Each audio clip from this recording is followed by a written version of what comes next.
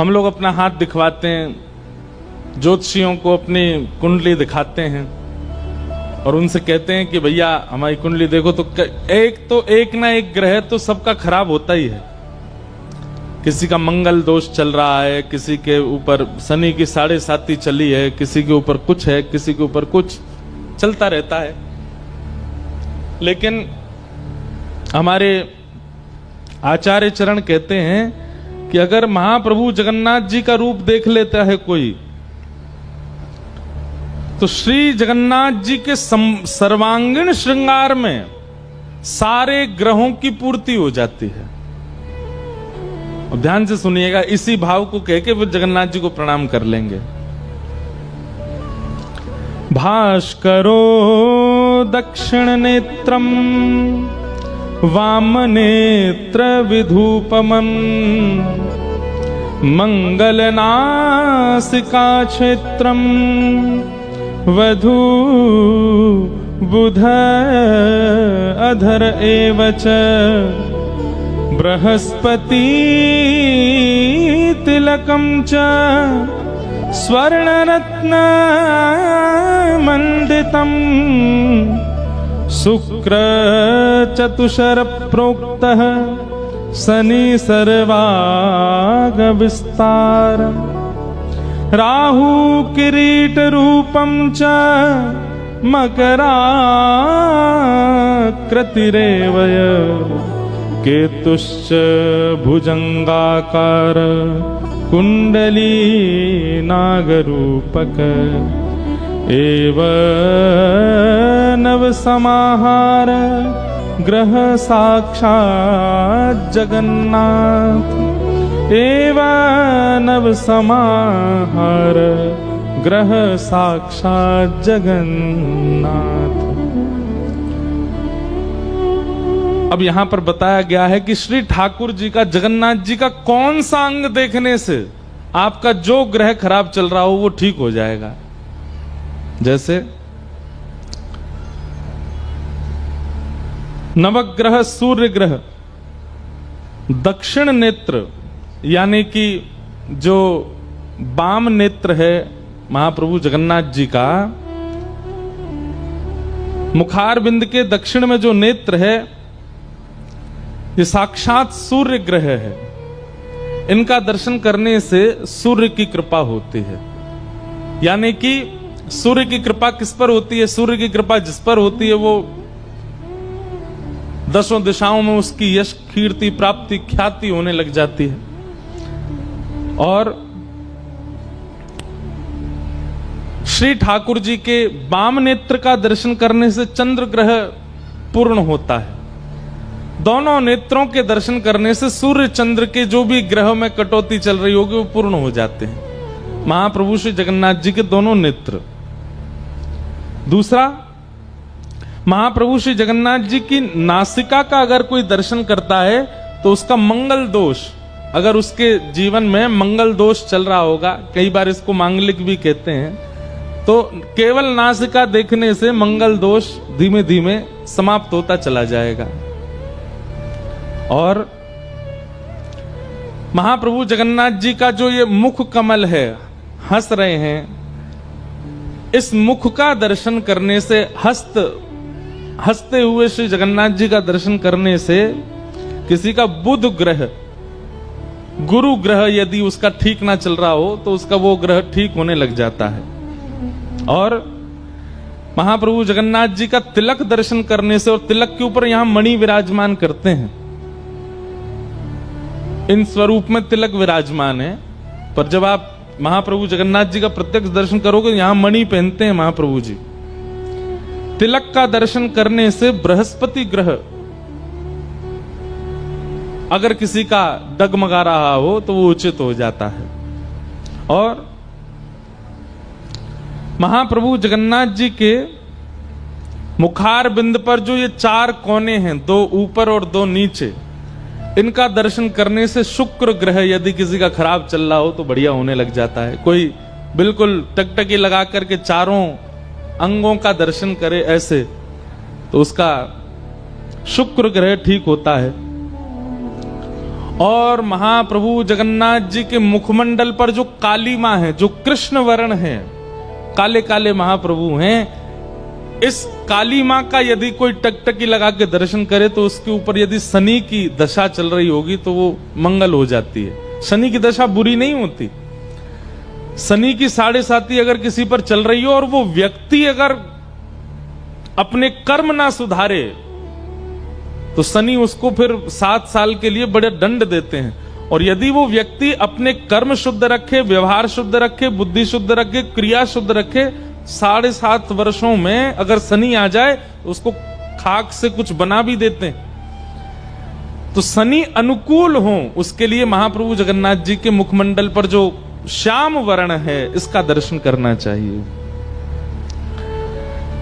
भगवान जगन्नाथ जी के मुखमंडल पर जो स्वर्ण आकार है, जो स्वर्ण की रेखाएं हैं और जो स्वर्ण विराजमान है, उसका दर्शन करने से राहु ग्रह मंगल होता है। भगवान के मुखार बिंद के नीचे के अंगों का दर्शन करने से केतु ग्रह शुद्ध होता है।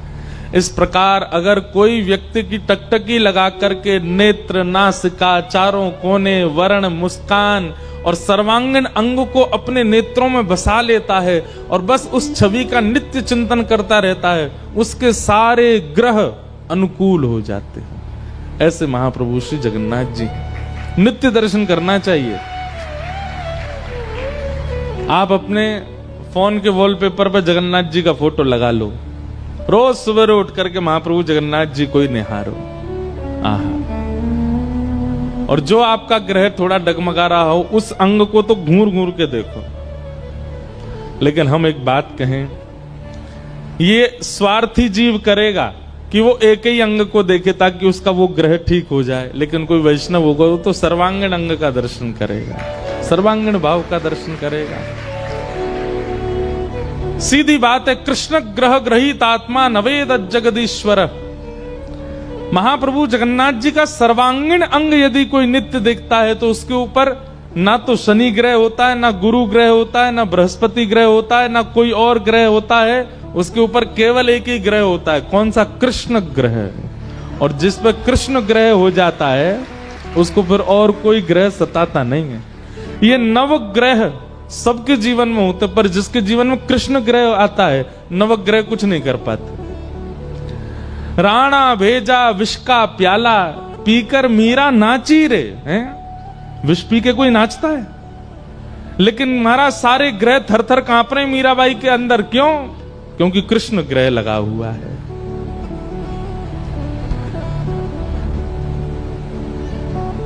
हमारे श्री नामदेव जी महाराज, तुकाराम जी महाराज, श्री ज्ञानेश्वर मौली, ये सब इनके जीवन में कभी ऐसा नहीं सुना गया कि कोई इनकी मंगल की दशा आ गई हो, किसी पे केतु की दशा चल रही हो, किसी पे राहु की दशा चल।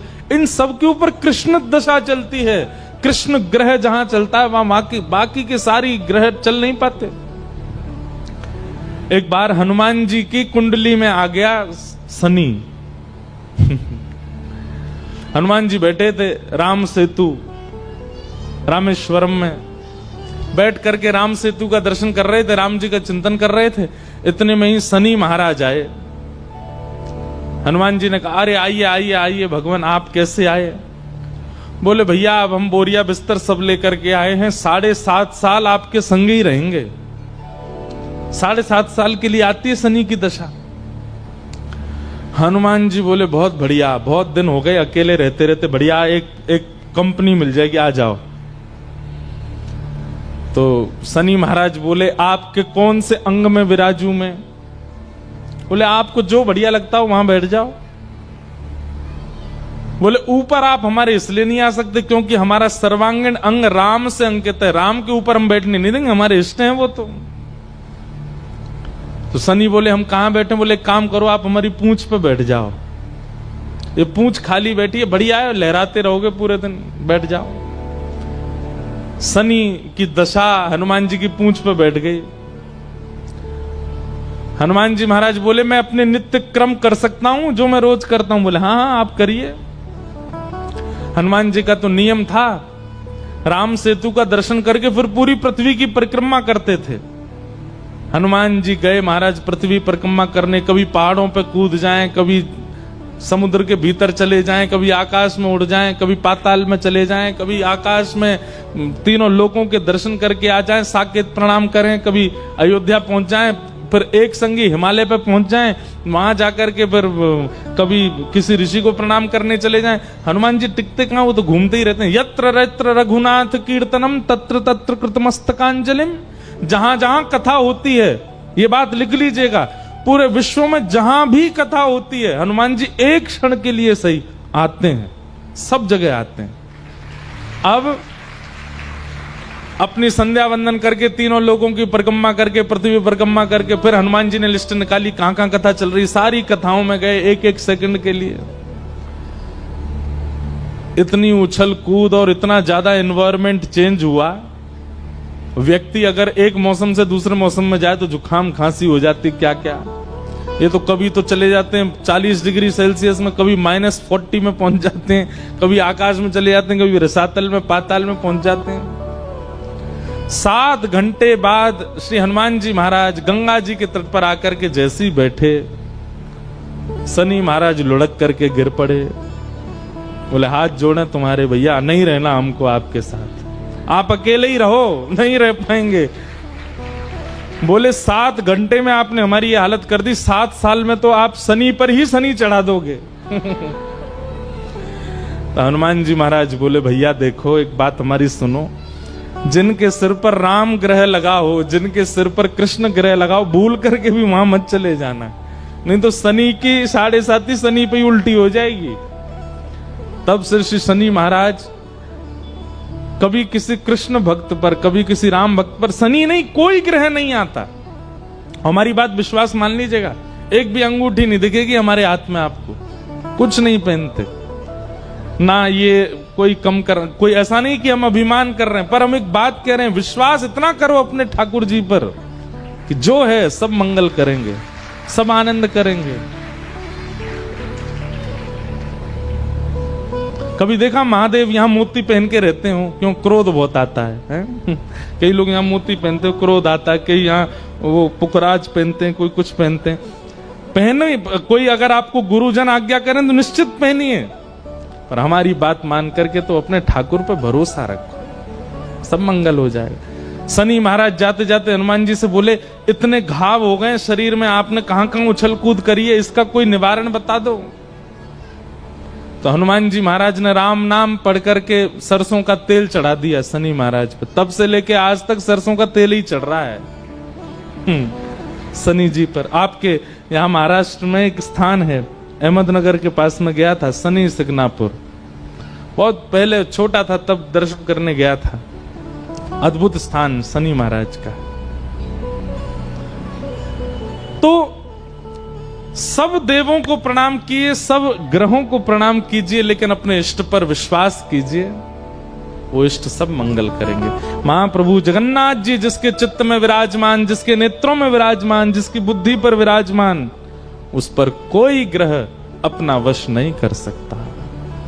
जैसे होती है ना, आप जंगल में जाओगे तो वहां टेरिटरी होती है, एक टाइगर की टेरिटरी में दूसरा टाइगर नहीं आ सकता। ठीक वैसे ही एक देश का राष्ट्रपति है, वहां दूसरे राष्ट्रपति को जाने के लिए अनुमति लेनी पड़ती है। तो अपने देह के, अपने जीवन के राष्ट्रपति श्री जगन्नाथ जी को बनाओ, कोई और आ ही नहीं पाएगा, कोई और अपना आक्रमण कर ही नहीं पाएगा। तो ऐसे महाप्रभु जगन्नाथ जी को बारंबार प्रणाम करते हैं। बोलो जगन्नाथ जगन्नाथ जगन्नाथ रक्षमाम, महाबाहो महाबाहो महाबाहो महिमा। तो ये भी नियम हो ही गया कि रोज जगन्नाथ जी को याद करके कथा में जाएंगे। आज हम कथा थोड़ी सी हनुमान जी की तरह हम भी थोड़े न भागेंगे, आप सब लोग ध्यान पूर्वक सुन लीजिएगा। तो कल हम लोगों ने सुना कि पांडवों ने स्वर्गारोहण किया और अपने बालक परीक्षित को राज्य गद्दी पर बिठाया। परीक्षित ब्राह्मणों के नेतृत्व में धीरे धीरे बड़े हुए। एक दिन राजा परीक्षित जब राजा बन गए, उनका विवाह हो गया, उनके बच्चे भी हो गए, एक दिन भ्रमण के लिए निकले, तब उनको कलयुग मिला। और कलयुग कैसे मिला? वृषभ के 4 पैर होते हैं बैल के, 3 पैर काट चुका है, 1 पैर बचा है, उसको भी काट रहा है। बहुत सावधानी से सुनिएगा। वृषभ यानी बैल, यानी कि हमारा धर्म। धर्म के 4 पैर होते हैं, सत्य, दान, दया और पवित्रता। ये 4 गुण यदि आपके अंदर हैं तो आप धार्मिक माने जाओगे, नहीं तो नहीं। सबसे पहला सत्य, दूसरा दान, तीसरा दया और चौथा पवित्रता। सत्य, दान, दया और पवित्रता, अगर ये 4 गुण आपके अंदर नहीं है तो आप धार्मिक नहीं हो। कलयुग इन 4 को ही नष्ट करने का प्रयास करता है और धीरे धीरे ये 4 ही हम सब में कम होती जा रही हैं। सत्य दूर दूर तक नहीं है अब हमारे जीवन में।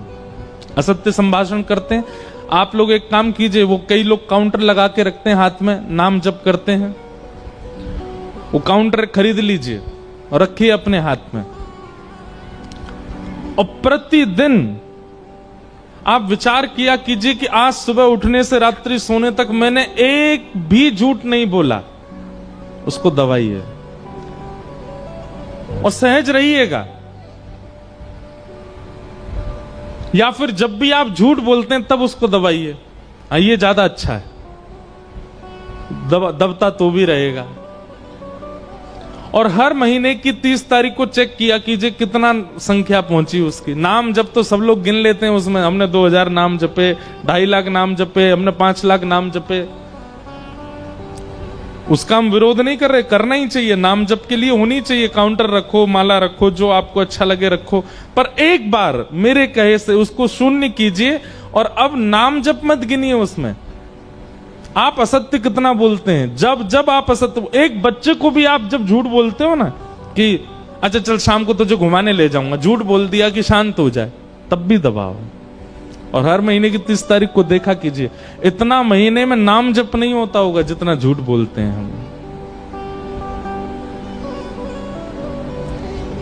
हम अपने आप को धार्मिक बोलते हैं? नहीं। असत्य संभाषण। और धर्म का पहला स्वरूप क्या है? सत्य। दूसरा स्वरूप है दान। और दान का स्वरूप हमारे यहां हमेशा ऐसा बताया गया कि दिया गया और देकर के विस्मृति। हमने किसी को दिया, देने के बाद हम भूल गए, लेकिन हम लोगों को याद रहता है। जब जब वो व्यक्ति हमारे सामने से निकलता, मैंने ही तो दिया था इसको ये, मैंने ही तो दिलवाया था इसको ये। हमारे शास्त्र कहते हैं जिस प्रकार आप वमन करने के बाद, मुख में कुछ खा के चबा के उगलने के बाद उस वस्तु को देखना भी प्रिय नहीं समझ, जबकि वो आपका ही है, ठीक वैसे ही दान करने के बाद जिस प्रकार आप वमन को स्वीकार नहीं करते, इस प्रकार उस दान के धन को, वस्तु को भी स्वीकार नहीं करना चाहिए। हम लोग दान करते हैं पर हमारे चित्त में यह भावना होती है कि जो दान किया गया है उसका सदैव श्रेय मुझको मिलता रहे, इसलिए दान अपवित्र है हमारा। सत्य, दान। और तीसरा है दया। दया, इस पर एक बात मैं कहना चाहूंगा, दया दूसरों पर करते हैं, अपने आप पे भी किया करो, खुद पे भी दया किया कीजिए। जब आप किसी गलत स्थान पर जाते हैं, क्यों जाते हैं? क्योंकि आप खुद पर दया नहीं करते।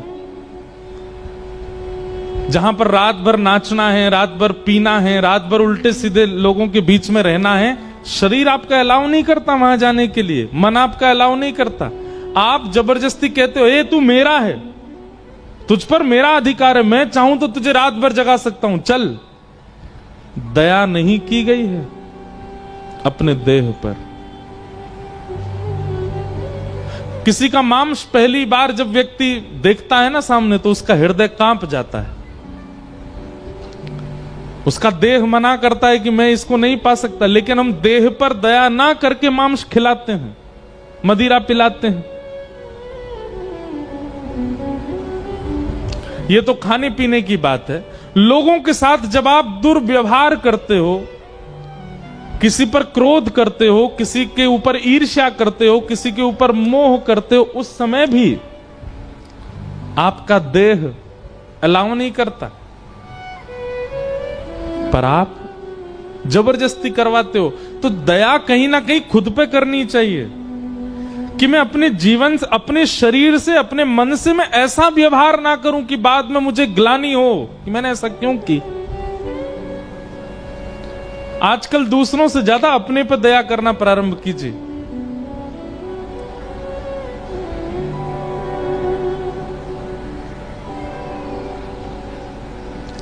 सत्य, दान, दया और चौथा है पवित्रता। धर्म का चौथा रूप है पवित्रता। पवित्रता के रूप में हम लोग केवल शरीर को पवित्र करते हैं, पर मन, बुद्धि, चित्त इतने अपवित्र हैं कि भीतर कोई झांक के देख ले।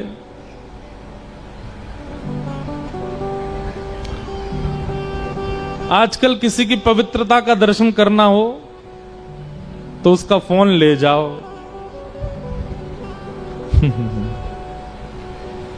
हमारे भाई लोग जो संग रहते हैं, कभी कभी हम उनका फोन धर लेते हैं, रात भर नींद नहीं आती उनको। क्यों? कुछ नहीं है, फिर भी हर व्यक्ति की अपवित्रता वहां है। हम लोग पवित्र हैं, बाहर से दिखाते हैं, केवल धोती पहन ली, बगलबंदी पहन ली, चंदन फोटा लगा लिए, लंबी चोटी रख ली और बने घूम रहे हैं भगत, पर पवित्रता नहीं है। सत्य, दान, दया और पवित्रता, ये चार धर्म के स्वरूप हैं। हम तो कहते हैं चारों तो लाना बहुत मुश्किल है, कोई एक ही चारों में से अगर परिपूर्ण रूप से हमारे जीवन में आ जाए तो भी हम धार्मिक कहलाएंगे। सत्य ही आ जाए, सत्य नहीं तो दया ही आ जाए, दया नहीं तो दान ही आ जाए, दान नहीं तो पवित्रता ही आ जाए, कुछ तो आवे। सत्य, दान, दया और पवित्रता। तो कलयुग क्या कर रहा है? इन चारों को काट रहा है। तीन तो काट चुका है, सत्य, दान और दया, एक बची है केवल पवित्रता। अब धीरे धीरे वो भी जा रही है। पहले भारतीय लोगों, ऐसा कोई एक घर नहीं होता था जहां कोई नहाता ना हो। आजकल ऐसे ऐसे मिलने लगे, वो नहाते भी नहीं है। एक एक, दो दो, चार चार दिन तक नहीं नहाते। राम राम राम राम। एक बार हम किसी से मिले थे विदेश में, भारत में तो नहीं थे, तो हमने पूछा, मैंने कहा आप सुबह कितने बजे ऑफिस जाते हो? बोले 7 बजे। मैंने अच्छा, उठते कितने बजे हो? बोले 6:45 बजे। मैंने कि 6:45 बजे उठ के 7 बजे चले जाते हो आप? मैंने बाकी नित्य क्रम आदि आपका? बोले हाँ, बस 6:45 बजे उठे, वॉशरूम गए, फ्रेश अप हुए। मैंने कहा फिर भी 15 मिनट में स्नान, ध्यान, ब्रश, नहाना धोना सब कैसे हो जाता? नहीं नहीं नहीं, मैं तो रात में नहा के ही सोता हूं, सुबह उठ के तो फ्रेश अप हुआ, चला गया।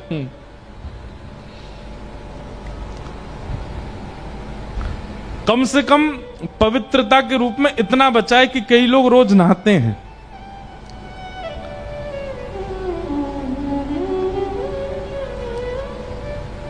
स्नान तो करते हैं रोज, इतनी पवित्रता है बस। इसके अलावा और कुछ पवित्र नहीं है। ना विचार पवित्र है, ना स्मृति पवित्र है, ना ध्यान पवित्र है, ना सोच पवित्र है, ना क्रिया पवित्र है, ना भोजन पवित्र है, ना कर्म पवित्र है, ना शब्द पवित्र है, ना भाषा पवित्र है, ना बोली पवित्र। क्या पवित्र है क्या हमारे पास? केवल नहाते हम, ये पवित्र है। इतना ही धर्म बचा है बस हमारे पास, और कुछ नहीं है धर्म के नाम पर। और कलयुग धीरे धीरे इसको भी नष्ट कर देगा। एक समय ऐसा आएगा, व्यक्ति एक दिन नहाएगा, 15 दिन की छुट्टी हो गया। बीच में अभी वो सैनिटाइजर शुरू हुआ था ना, लोग उसको इतना पवित्र मानते हैं कि कई जगह तो हाथ नहीं धोते हैं, उसी से ही बस ये कर लिया, उनको लगता हाथ धुल गए हमारे। ऐसा ही भविष्य में आप लिख लीजिएगा, भुसावल में बोल के जा रहे हैं हम, भविष्य में एक ऐसा एक इक्विपमेंट आएगा, ऊपर से नीचे यूं घुमा देंगे, बोले हो गए स्नान, चलो हो गए पवित्र। आएगा जरूर, उसमें फिर ये कह दिया जाएगा समय बचता है और शुद्धता सी लगती है, चेहरे पर ग्लो आ जाता है, काले से गोरे हो जाते हो, यही अपनाओ सब लोग, वही करेंगे। सत्य, दान, दया और पवित्रता ये चार धर्म के रूप हैं और ये चारों ही नष्ट होते जा रहे हैं। और इनको नष्ट कौन कर रहा है? कलयुग। कलयुग बंधुओं हमारी दिनचर्या पर कुठाराघात करता है, वही तो कलयुग है। राजा परीक्षित ने कलयुग को पकड़ लिया, बोले कि तुम मेरे राज्य को छोड़ करके चले जाओ। तो कलयुग ने कहा एक काम कीजिए महाराज, मैं जा तो नहीं सकता, मुझे कुछ स्थान दे दीजिए, मैं वहीं रहूंगा। और 5 स्थान कलयुग को प्रदान किए गए। द्यूतम पानम स्त्रियः सूना यत्रा धर्मश्चतुर्विध। 4 स्थान दिए, द्यूतम पानम स्त्रियः सूना और पुनश्च याचमानाय जात रूप मदात प्रभु। 5 स्थान बार बार मांगने पर 5वां स्थान दिया। कौन कौन से स्थान है? जुआ, मदिरापान, पर स्त्री पर पुरुष संग, कलेश लड़ाई झगड़ा और बिना मेहनत के कमाया गया धन। ये 5 स्थान कलयुग के हैं। इनमें से एक में भी अगर आपका प्रवेश है तो कलयुग आपको छोड़ेगा नहीं। इसलिए कम से कम इन 5 जगहों से बचिए। जुआ मत खेलिए, जीव पर ऐसी कोई वस्तु धारण मत कीजिए जिस वस्तु से आपका माइंड अनकॉन्शियस होता हो। द्यूतम पानम स्त्री, पर स्त्री पर पुरुष संग मत कीजिए। सूना यानी कि हिंसा मत कीजिए। और अंतिम है बिना मेहनत के धन मत कमाइए। भूखे रहना मंजूर है पर बिना मेहनत के नहीं कमाएंगे। ये 5 स्थान कलयुग को देने के बाद राजा परीक्षित स्वयं भटक गए और एक मुकुट जो कि जरासंध का था उसको अपने सिर पर धारण किया। कलयुग ने मति भ्रमित कर दी और राजा परीक्षित ने एक शमिक ऋषि नामक ऋषि थे, उनके गले में मरा हुआ सर्प डाल दिया। कथा बहुत बार कही है, बहुत विस्तृत है, इसलिए मैं सूक्ष्म में ही सुना रहा हूं। एक ऋषि के गले में मरा हुआ सर्प। अब इसमें एक बात बहुत समझने की है, कलयुग जब आप पर प्रहार करेगा, आपके जीवन में जब कलयुग आएगा तो सबसे पहला कलयुग का दर्शन कहां होता है? वैष्णव अपराध। कोई वैष्णव, कोई भगवत भक्त, उसके प्रति आपको कुबुद्धि होने लग जाए, उसके प्रति आपको दोष बुद्धि प्रकट होने लग जाए, समझ जाओ ये कलयुग का प्रभाव है।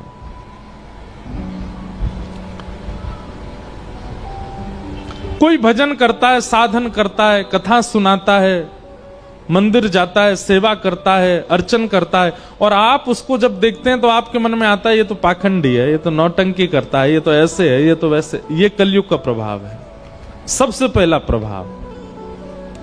वही हुआ, राजा परीक्षित ने शमिक ऋषि के गले में मरा हुआ सर्प डाल दिया। ये दृश्य शमिक ऋषि के पुत्र श्रृंगी को जब पता चला कि मेरे पिता के गले में मरा हुआ सर्प डाल दिया, उन्होंने श्राप दे दिया। आज के ठीक 7वें दिन तक्षक सर्प के दंशन से राजा परीक्षित की मृत्यु हो जाएगी। राजा परीक्षित को जैसे ही पता चला कि मुझे मृत्यु का श्राप लगा है, मुकुट उतार दिया था तो जो कुबुद्धि प्रगति थी वो शांत हो गई और राजा परीक्षित बहुत व्याकुल हो गए। अब मैं क्या करूं? अपने पुत्र को राज्य गद्दी पर बिठा करके राजा परीक्षित गंगा के तट पर चले गए और वहां संतों से जाकर के बोले जल्दी मरने वाले की मुक्ति का उपाय बताइए। तभी वहां सुखदेव जी का आगमन हुआ और सुखदेव जी ने राजा परीक्षित को भागवत की कथा सुनाई। बोलो भक्तवत्सल भगवान की। ध्यान से सुनिएगा। राजा परीक्षित कहते हैं कि जल्दी मरने वाले की मुक्ति का उपाय क्या है? तब यहां से द्वितीय स्कंद की कथा प्रारंभ होती है और श्री सुखदेव जी महाराज बोलना प्रारंभ करते हैं। वरीयानेशते प्रश्न क्रतो लोकहितं नृप आत्मवेद सम्मतः पुंसाम् श्रोतव्यादिषु यः परः। राजन, तुम मुक्ति का उपाय मत पूछो।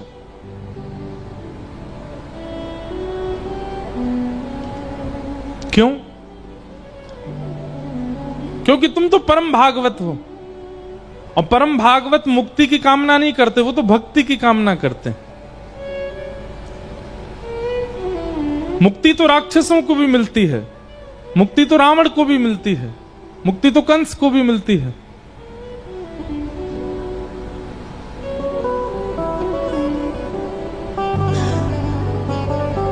श्री पुंडलीक वरद श्री हरि विठल ज्ञान देव तुकाराम श्री पंडरीनाथ भगवान की।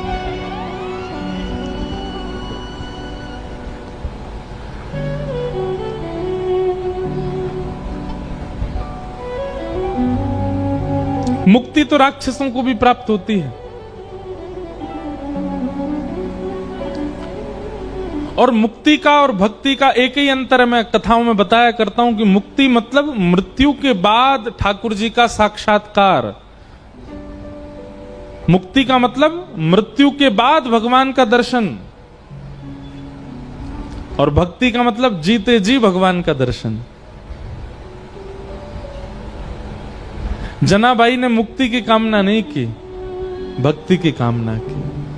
मीराबाई ने मुक्ति की कामना नहीं की, भक्ति की कामना की। कर्माबाई, करमेती बाई, ये सब वो हैं जिन्होंने कभी मुक्ति की कामना, भगवान स्वयं श्रीमद् भागवत में कहते हैं दीयमान न ग्रहणंती, मैं 5 प्रकार की मुक्ति प्रदान करता हूं पर वो मुक्ति की कामना नहीं करते मैया, वही मेरे अनन्य भक्त हैं। भगवान कपिल बताते हैं देवूती माता को, मुक्ति की कामना नहीं करते। जनाबाई का प्रसंग आता है कि श्री जनाबाई चक्की पीसती थी रात को। आज भी आप पंढरपुर जाएंगे तो वहां गोपालपुर गांव है पास में, ऊपर जाकर के दर्शन करना, आज भी चक्की है कर्माबाई जनाबाई की। तो जनाबाई का नियम था कि जब वो चक्की पीसती थी ना तो पीसते पीसते गाती थी और वो स्वर इतना अच्छा लगता था ठाकुर जी को, इतना प्रिय लगता था कि ठाकुर जी आधी रात में मंदिर से भाग करके आते थे जनाबाई के पास और ठाकुर जी बैठ करके सुनते थे, जनाबाई चक्की पीसती थी। अब मुझे अभंग तो याद नहीं है मराठी के,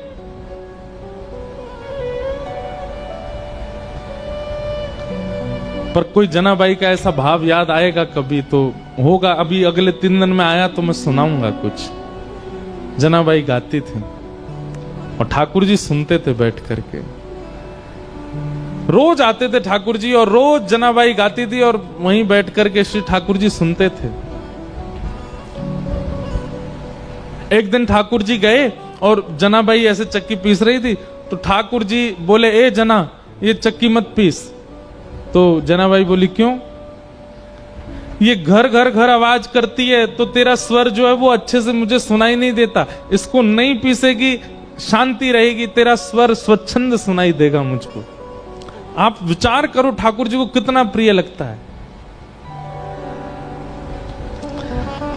तो जनाबाई बोलती, चक्की नहीं पीसूंगी तो आटा कहां से होगा, आटा नहीं होगा तो रोटी कैसे बनेगी, रोटी नहीं बनेगी तो फिर सब खाएंगे क्या, और सब कुछ नहीं खाएंगे तो फिर मुझे डांटनी पड़ेगी, है आटा नहीं है। तुम तो बस सुनने आ जाते हो रोज रोज यहां पर, मुझे तो सुबह रोटी बनानी, नामदेव जी पूरा परिवार भोजन करेगा। नामदेव जी के यहां सेवा करती थी ना जनाबाई।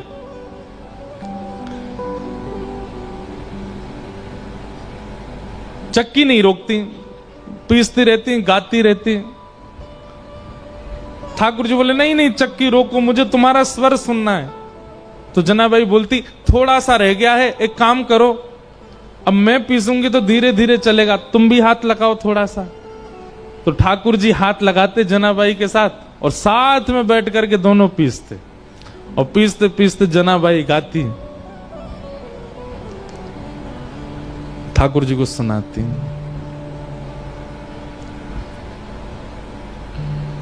अब जब ठाकुर जी हाथ लगाते जनाबाई के साथ चक्की पिसवाते, तो ठाकुर जी इतने सारे गहने पहन के रहते हैं, वो गहने सब आगे पीछे जब ठाकुर जी हिलते तो गहनों की आवाज आती।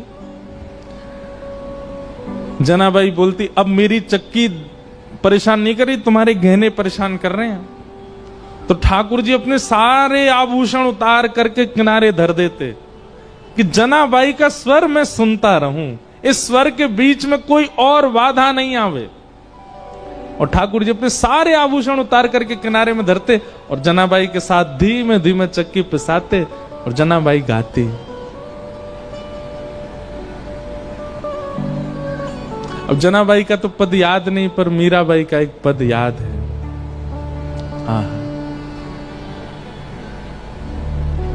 व्याकुल प्राण धरत नहीं धीरज, व्याकुल प्राण। सुनिए बस, ताली मत बजाओ।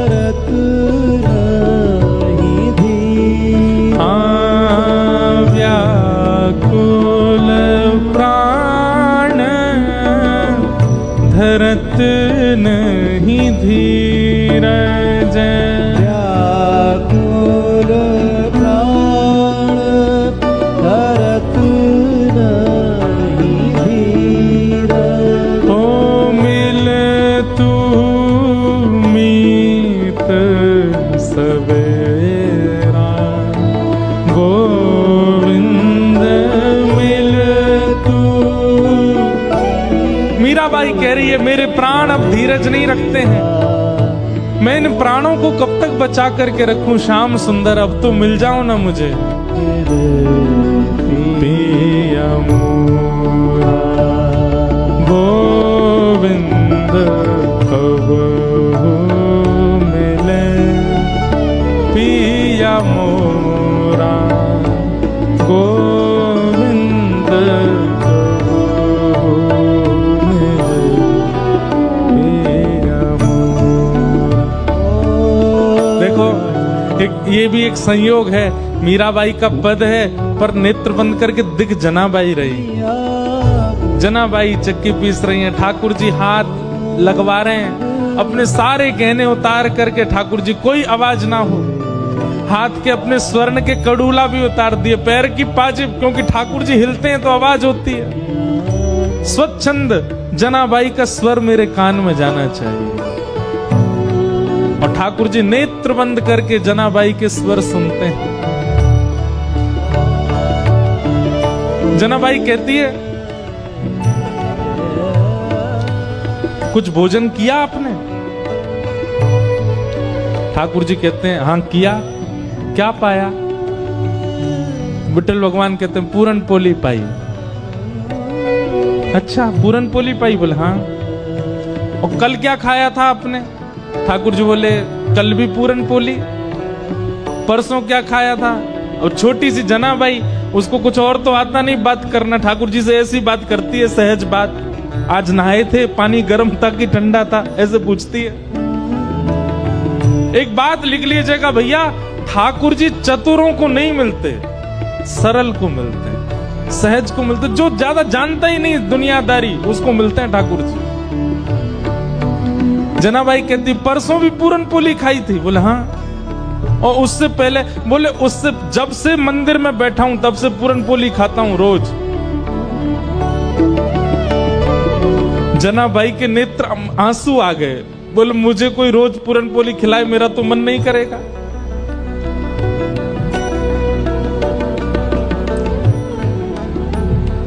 मैं कुछ बना के पवाऊं? ठाकुर जी बोले हाँ, एक शर्त पे। बोले क्या? गाते गाते बनाना, मैं सुनता रहूंगा। जनाबाई ठीक है। रात्रि का समय, सब सो रहे हैं और जनाबाई ठाकुर जी के साथ आनंद कर रही है। चूल्हा चेताती है धीरे से, हाथों से रोटी बनाती है, दाल रख देती है। ठाकुर जी बैठे हैं, जनाबाई का स्वर सुन रहे हैं नेत्र बंद करके। जनाबाई कहती है केवल सुनते रहोगे, थोड़ा हाथ बटाओ। ठाकुर जी बोले क्या करना है बताओ। लो सब सब्जी काटो थोड़ी सी। ठाकुर जी काट रहे अपने हाथ से, लेकिन शर्त एक ही है जनाबाई की, क्या गाती रहे तू, मैं सुनता रहूं, मैं जानी। ठाकुर जी को इतना प्रिय है अपने भक्त का स्वर, उसके लिए ठाकुर जी कुछ भी करेंगे। इसलिए मैं कहा करता हूं, गाना प्रारंभ कीजिए, स्वर की चिंता मत कीजिए, अच्छा है बुरा है, सुरीला है बेसुरा है, गाइए। ठाकुर जी को बहुत प्रिय लगता है।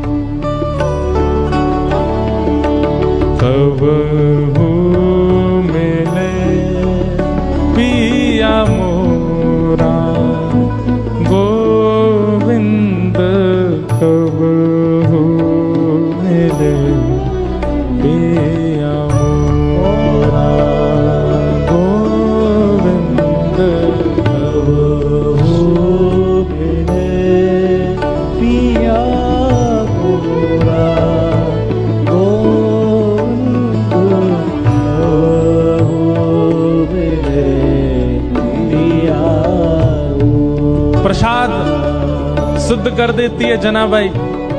ठाकुर जी के आगे जब पधराती है, ठाकुर जी पाने बैठते हैं। अच्छा पेट भरा हुआ है ठाकुर जी का, प्रसाद पाके आए मंदिर से, लेकिन जना ने बनाया है और गाते गाते बनाया है, इसलिए ठाकुर जी लोभ में पा रहे हैं।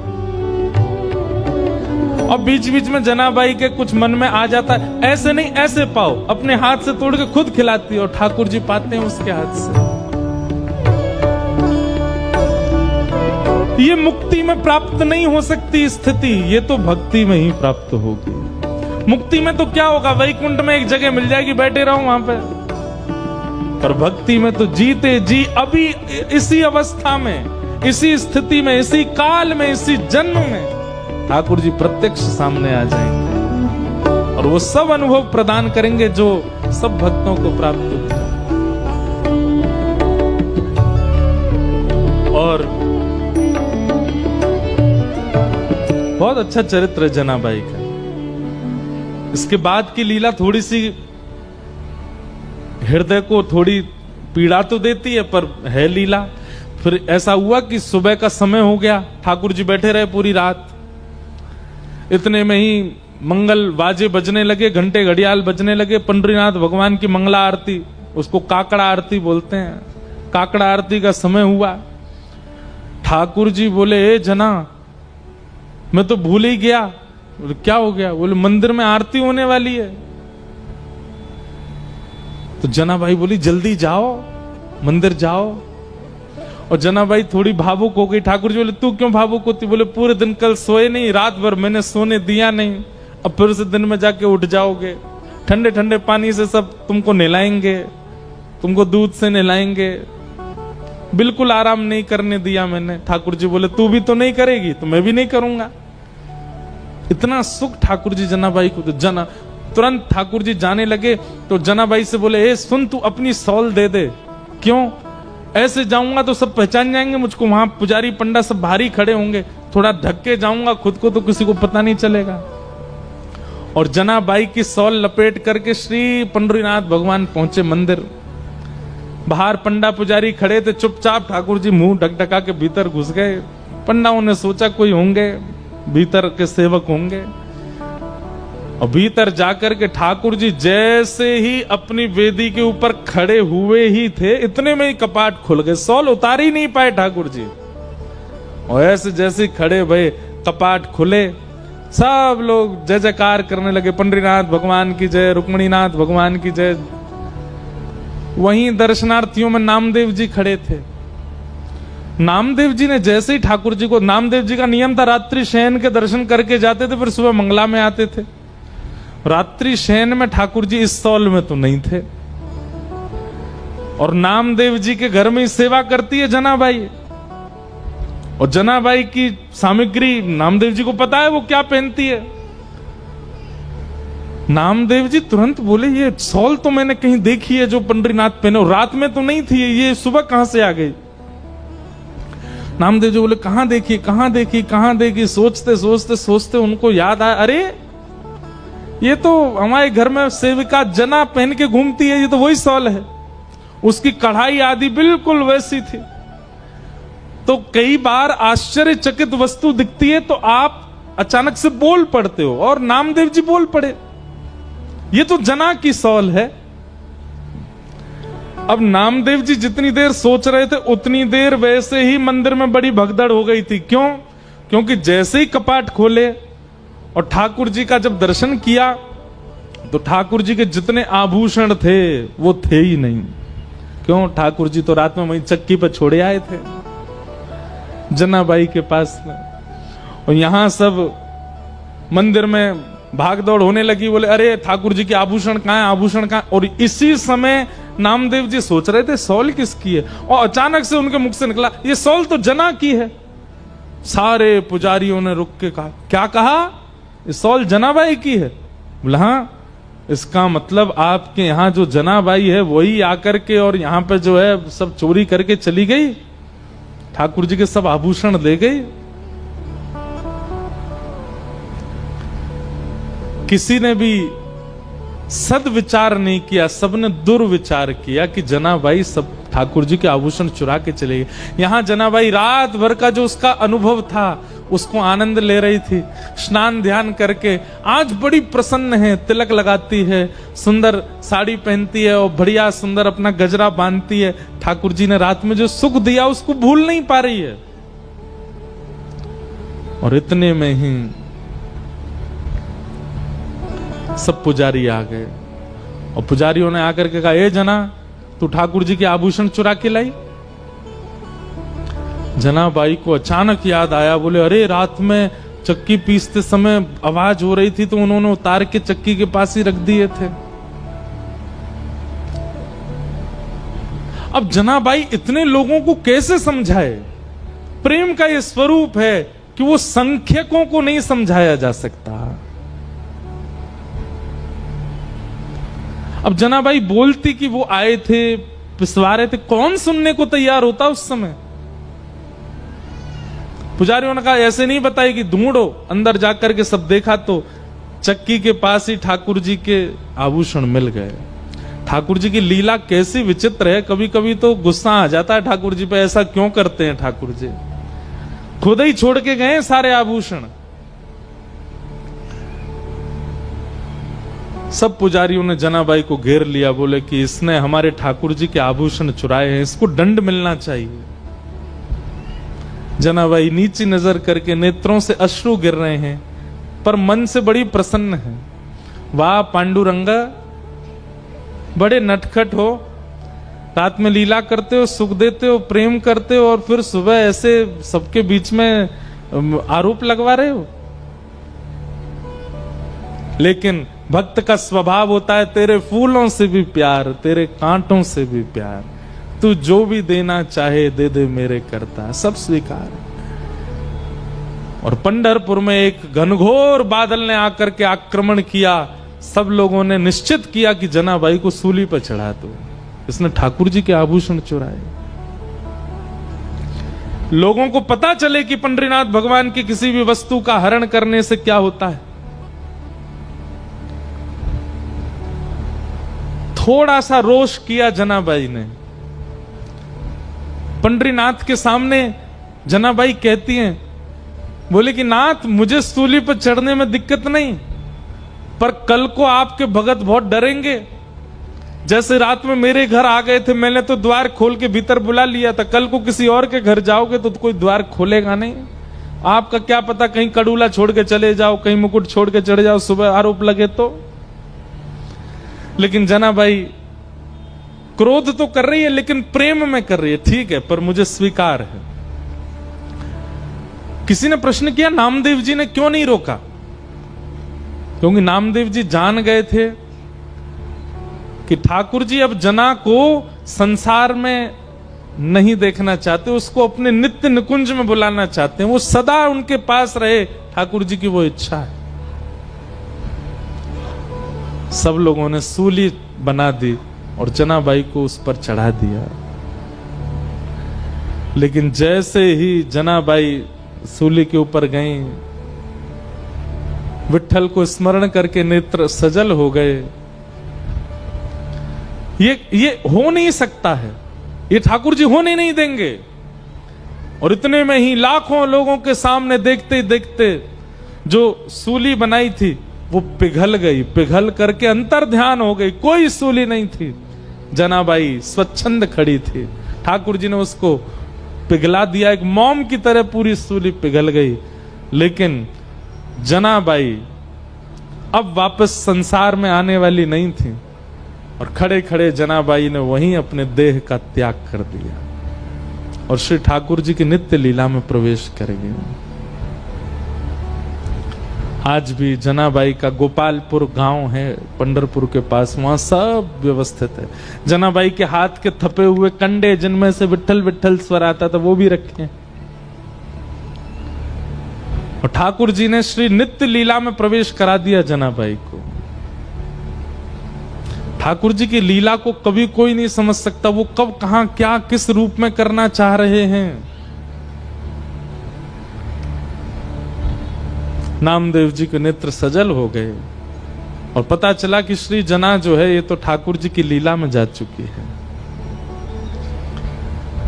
मुक्ति मृत्यु के बाद भगवान का दर्शन कराती है, पर भक्ति तो जीते जी ठाकुर जी का अनुभव करा देती है, ठाकुर जी का संग करा देती है। श्रीमद् भागवत का उद्देश्य मुक्ति प्रदान करना नहीं है।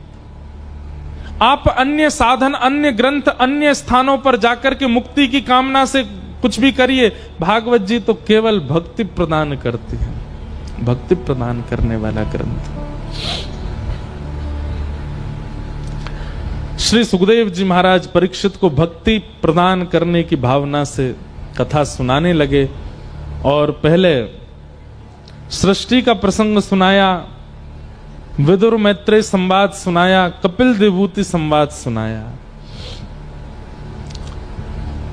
जहां पर देवहूति माता अपने पुत्र श्री कपिल भगवान से अनेक प्रश्न करती हैं और भगवान कपिल उनके समस्त प्रश्नों का उत्तर देते हैं। इन्हीं प्रश्नों में देवहूति माता ने